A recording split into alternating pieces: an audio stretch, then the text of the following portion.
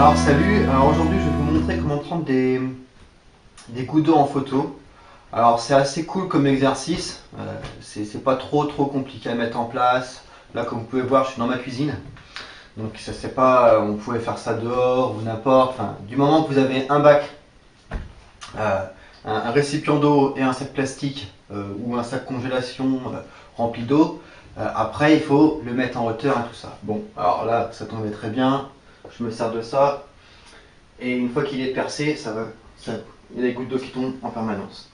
Deuxièmement, pour ce qui est de l'appareil photo, alors là moi je me sers de mon Nikon D7000 avec l'objectif qui était vendu avec.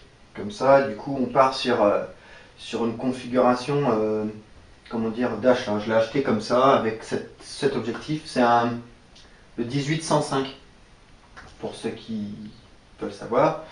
Donc ce qui est bien en plus, bon bah pour faire de la photo, pour prendre la goutte d'eau, ce qui est bien quand même, c'est de pouvoir avoir la possibilité de zoomer. Si vous prenez des petites gouttes d'eau avec un 18-55, vous risquez d'être un peu trop loin, quoi. Donc bon là ça c'est bien, on aurait pu avoir un macro qui aurait été super bien, je sais pas, un 85 ou n'importe, ou un 70-200 qui est bien aussi. Voilà.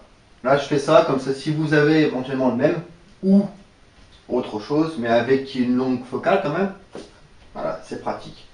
Donc je vais vous montrer les réglages de l'appareil photo que j'ai pris. Après ça pourra éventuellement changer chez vous au niveau de la luminosité, le flash, voilà. Donc là moi je me sers pas d'un autre flash pour l'instant, je me sers juste du flash de l'appareil. Donc maintenant je vais vous montrer un peu les réglages que j'ai choisis. Au niveau des réglages, alors moi je me suis mis à 250, donc je suis en manuel, hein. Là je suis en manuel, mais c'est un manuel, comment dire, U1, donc c'est un manuel entre guillemets personnalisé. J'ai récupéré des réglages que j'aime bien utiliser, mais bon, ça reste, vous mettez sur M, sur manuel, et là moi j'ai mis 250 tout simplement parce que on peut pas aller, c'est le maximum qu'on peut aller avec le flash, et puis ce qui va permettre quand même de récupérer quand même l'action de la goutte. Ensuite, c'est pas là. Hop là. Là j'ai mis en F8. Alors le F8 c'est pour éventuellement pour avoir une belle image, mis à part déjà que bon la netteté est faite sur où c'est que la goutte tombe, mais j'ai mis un F8 pour pouvoir avoir une belle profondeur de champ qui plus je monte, plus m'éloigne en fait ma profondeur de champ, donc je gagne je gagne en netteté, c'est bien. Là l'ISO j'ai mis à 400, donc bah là ça dépendra après de l'éclairage que vous avez, de la puissance du flash ici que vous aurez choisi, du flash.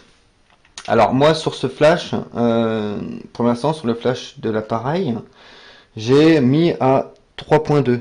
Alors c'est 1 sur 3.2. C'est la puissance du flash. Alors on peut aller le plus haut, en fait la plus grande puissance ça va être 1.1 et la plus basse ça va être 101 sur 128. Voilà, alors j'ai mis cette puissance. Le groupe A, le groupe B pour l'instant on s'en sert pas, tout simplement parce que ben j'en utilise pas un autre flash optionnel pour l'instant. Voilà, alors donc du coup voilà, on est à peu près là on est en place. Maintenant je vais vous montrer aussi un tout petit truc, c'est comment réussir à faire la netteté.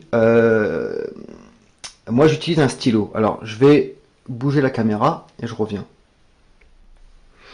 Alors pour vous montrer un peu comment faire la mise au point, parce que sinon il resterait en permanence, comment dire, à chercher, donc pour finir vous perdez votre temps. Donc une fois que vous avez mis pour faire la netteté, du coup, moi je me sers d'un crayon, d'accord, et où c'est que la goutte tombe, je me mets dessus en fait. Voilà. Et là, je vais faire ma netteté dessus. Là, c'est fait. Donc là, je retire ça, je ne touche plus à l'appareil photo. Je vais mettre mon objectif, au mieux qu'il soit en autofocus, que ce soit l'objectif ou l'appareil photo, je vais le passer en manuel. D'accord.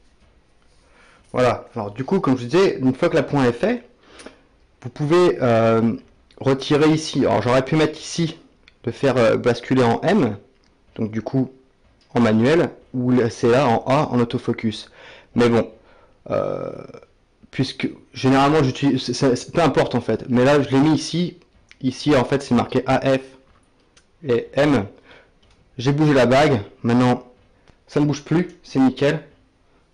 Quand la mise au point est faite, là je peux prendre une photo par exemple. Alors on attend que la goutte tombe. Voilà. Voilà, ça donne à peu près ça. C'est pas mal.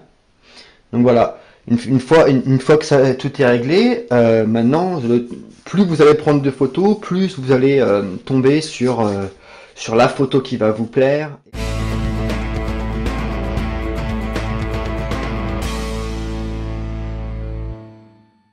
Là, je vais utiliser le SB700 de Nikon. Pardon, hop là. Donc là, moi ce que je vais l'utiliser, c'est avec la fonction ITTL. Donc en fait, celui-là en se déclenchant, il va me déclencher celui-là. C'est assez intéressant. Donc je le passe là en l'option Remote. Et donc du coup, par contre, je vais avoir trop peut-être de luminosité ou je sais pas quoi. Donc, du coup, moi, ce que je vais faire, c'est changer la puissance de mon flash. Hein.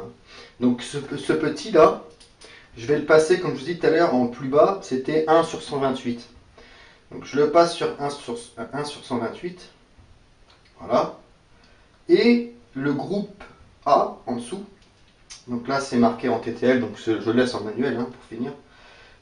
Il est marqué à -2. Alors je vais le remonter à -0,3. Je mets OK. Et là, on va essayer de voir un peu comment on peut. Ouais, on s'amuse quoi. Alors, par contre, ça goûte pas vraiment très rapidement. Donc, je vais peut-être refaire un trou après. On va voir.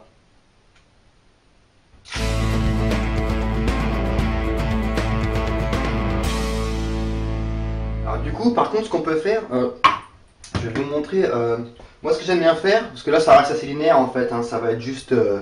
Comment dire, juste de la lumière blanche qui reflète, voilà. Mais on peut s'amuser un peu avec de la couleur. Donc moi, ce que j'aime bien utiliser, par exemple, bon, je vous l'avoue, j'ai gardé ça pour le tuto, hein, mais on peut mettre quelque chose comme ça, par exemple, et je suis dans la cuisine, alors c'est bien, je peux choisir des paquets. Un petit paquet de riz bleu, voilà. Et donc du coup, je vais aller éclairer du coup ça. Et on va voir si ça me fait une couleur sur l'eau. Alors.